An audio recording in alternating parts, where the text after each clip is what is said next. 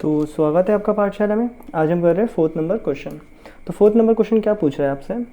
ये आपसे पूछ रहा है what is the shape of the wave front in each of the following case, that is light diverging from A point source. तो एक point source में से लाइट डाइवर्ज हो रहा है।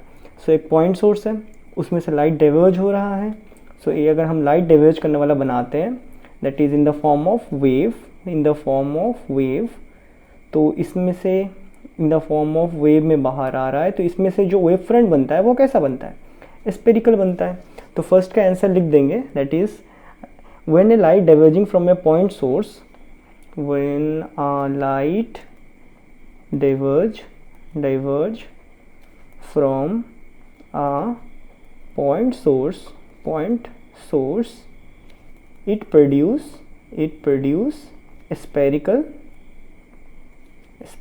wave front। इजी क्वेश्चन, खत्म। बी नंबर देखो, पूछ रहा है light emerging out of a convex lens. Okay, well and good, हमने कॉन्वेक्स लेंस बना दिया। फिर पूछ रहा है when the point source is placed at focus. इसका फोकस में रखा है। हमें पता है अगर फोकस में कोई भी पॉइंट सोर्स रखा होगा तो इसमें से जो रेज निकलेंगे, देखो यार मैंने तुम्हें पहले ही पढ़ाया, ए है रे ऑप्टिक्स के अनुसार ऐसा है। हाइजीन ने क्या बोला, भाई ये अधूरा है। असल में रे, देखो यार रे जो था वो था डायरेक्शन ऑफ प्रोपोगेशन। न्यूटन इसका डायरेक्शन ऑफ प्रोपोगेशन के बारे में बात कर रहा था।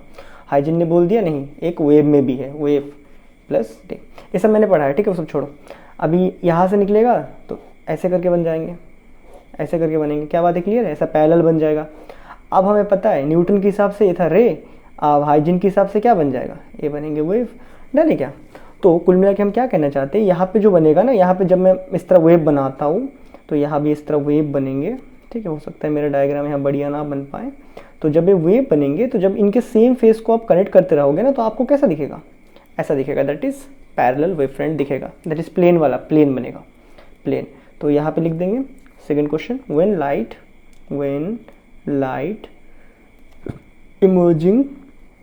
Emerging out of a convex lens when the point source is placed at its focus, then it produce plane wave front, ठीक है।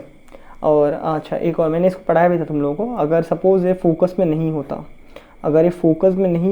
तो सपोज़ ये फोकस है, फोकस में नहीं है, तो फोकस में नहीं है तो उस केस में क्या करेगा, ये तो कन्वर्ज करना शुरू कर देगा ना। लेंस क्या करेगा, कन्वर्ज करेगा तो ऐसा नेचर का बनेगा, ठीक है।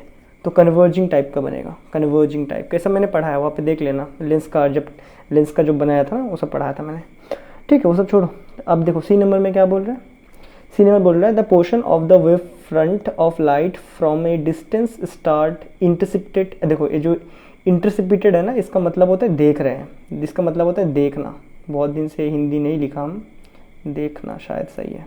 इंटरसेप्टेड मतलब देखना, ऑब्जर्वेशन लेना होता है। तो जब हम लोग एक पॉइंट सोर्स को देख रहे होते हैं, लाइट जो कि बहुत ही डिस्टेंस दूर के स्टार से आ रहा है, दूर के स्टार से कोई एक रे आ रहा है जिसको हम अर्थ से ऑब्जर्व कर रहे हैं, तो हमें कैसा वेव फ्रंट दिखेगा, ये तो भाई कहने वाली बात नहीं है।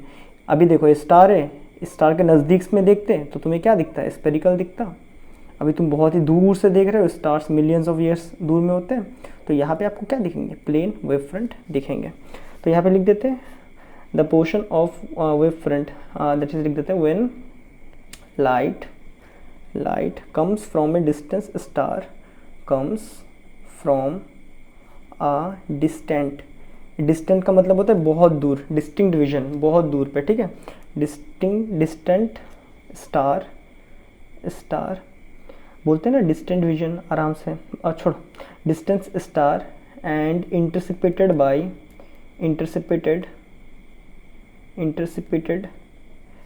एट अर्थ में रह के अगर हम इंटरसेप्ट करें, then wavefront formed is क्या रहेगा, प्लेन, या फिर प्लेन वेव फ्रंट बनता है। तो कहने का मतलब है अगर पॉइंट सोर्स है तो सबको बताते हैं स्पेरिकल वेव फ्रंट बनाएगा। अगर कॉन्वेक्स लेंस के फोकस में रखा है तो क्या बनाएगा, एक प्लेन वेव फ्रंट बनाता है। और बहुत ही दूर के स्टार से अगर रोशनी आ रहा है, अर्थ में बैठ के ऑब्जर्व कर रहे हो, तब भी आपको कैसा दिखेगा, प्लेन वेव फ्रंट दिखेंगे। क्या बातें क्लियर है? तो मैं मिलता हूँ नेक्स्ट वीडियो में, तब तक के लिए गुड बाय।